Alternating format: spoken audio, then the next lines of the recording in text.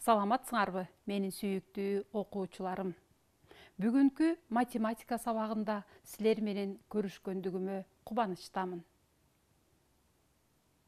Мугалими күндөй тийсе чачырап, окуучусу гүл сыяктуу ачылат. Мен силерге күн болуп нурумду чачайын, силер болсо гүлдөй болуп ачылгыла.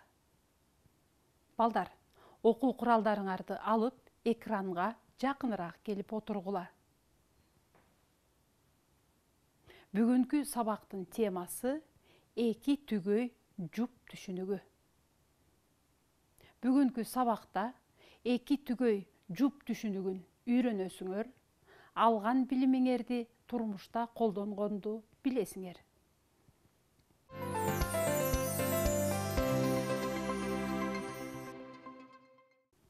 Балдар, эмненин сүрөтүн көрүп турасыңар?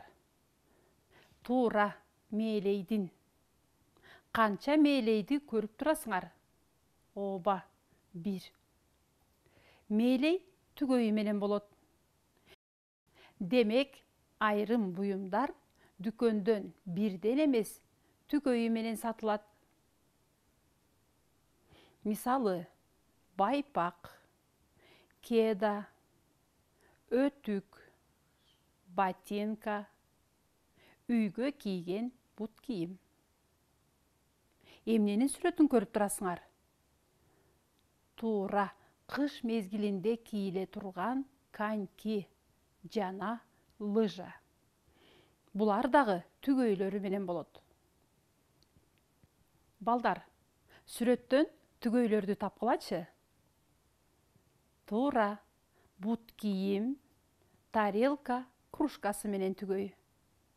А түгөй жоктор дагы бар бекен?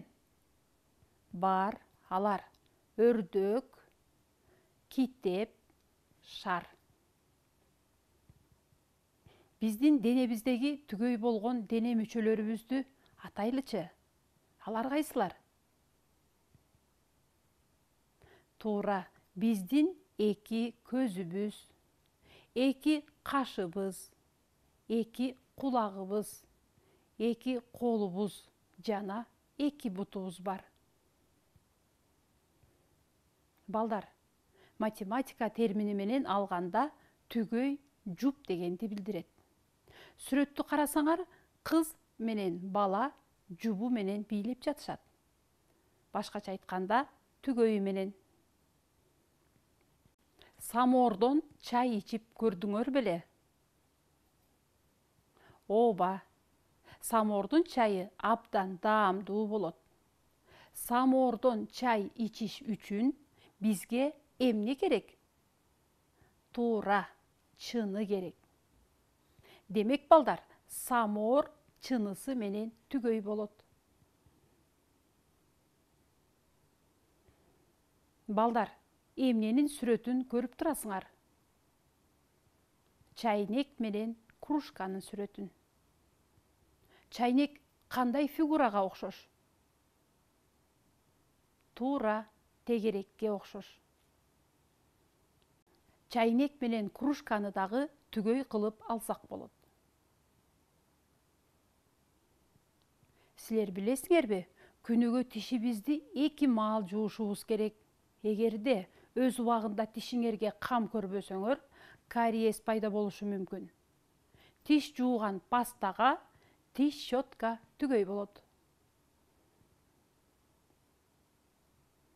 Коёндун жакшы көргөн тамак эмне? Туура, сабиз. Балдар, эмненин сүрөтүн көрүп турасыңар? Гүл жана ваза. Вазанын өңү кандай экен? Туура, кызыл. Ваза гүлү менен түгөй. Келгиле, гүлдү вазага салалы.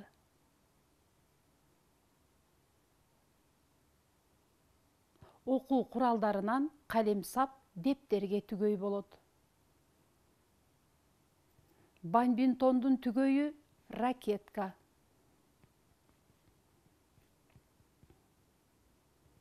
Тоок балапаны менен түгөй. Мейкиндикке учкан ракета космонавты менен түгөй.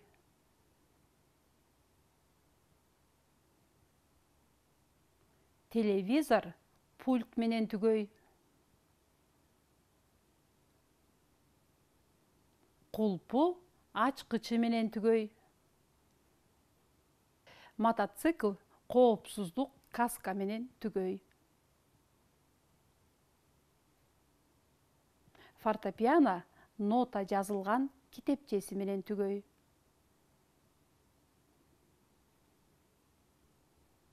Поезд темир жол менен түгөй.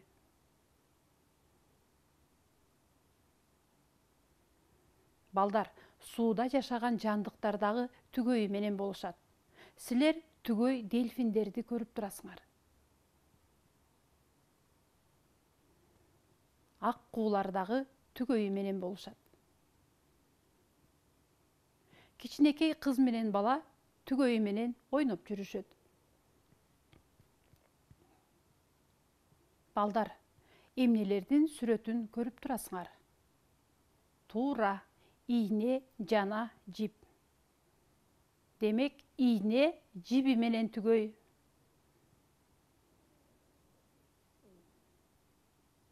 Бул жерден эмнелерди көрүп турасыңар.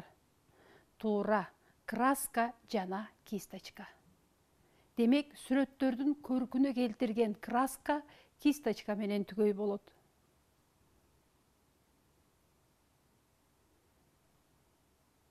Бул сүрөттөн түгөй сөйкөнү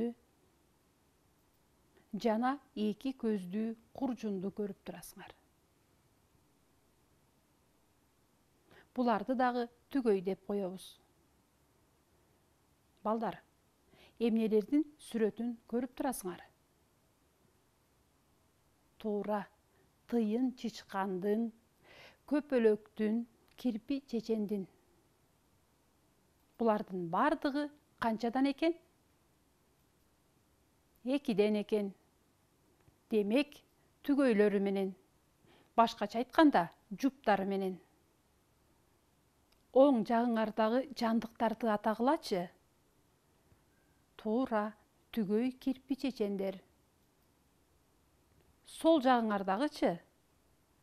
Түгөй тыйын чычкандар. Жогору жагында эмнелерди көрүп турасыңар? Азаматсыңар, түгөй көпөлөктөрдү. Балдар, жогорку саптан эмнелерди көрүп турасыңар? Туура, түр карандаш, саат, кружка жогорку сапта жайланышкан. Ортоңку сапта эмнелер бар экен? Алма, пенал, дептер. Булар ортоңку сапта жайланышкан. Төмөнкү саптан эмнелерди көрүп турасыңар? Оба, китеп, алмурут, топ. Булар эң төмөнкү сапта жайланышкан. Эгерде буюмдарды солдон оңго карай карасак, эмнени алабыз? Оба, сол жакта түр карандаш, алма, китеп. Демек, балдар, муну биз мамыча дейбиз.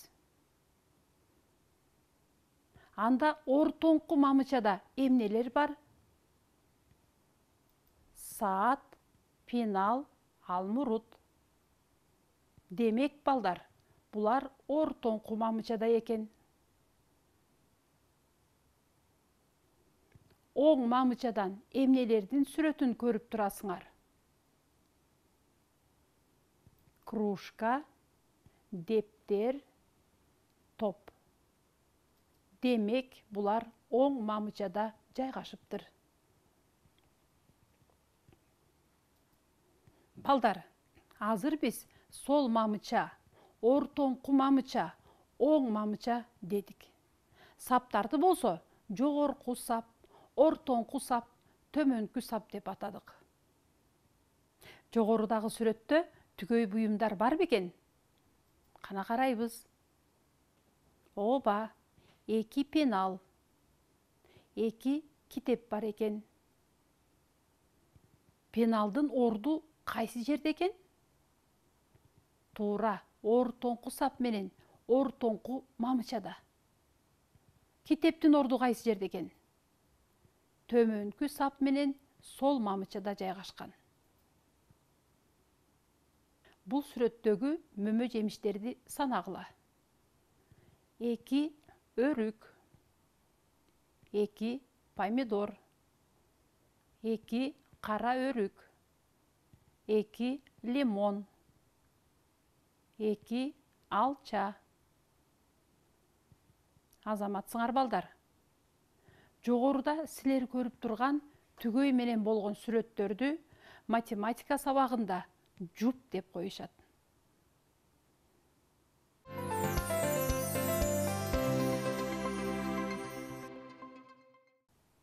Демек, бардык түгөйлөр жуп дегенди билдирет.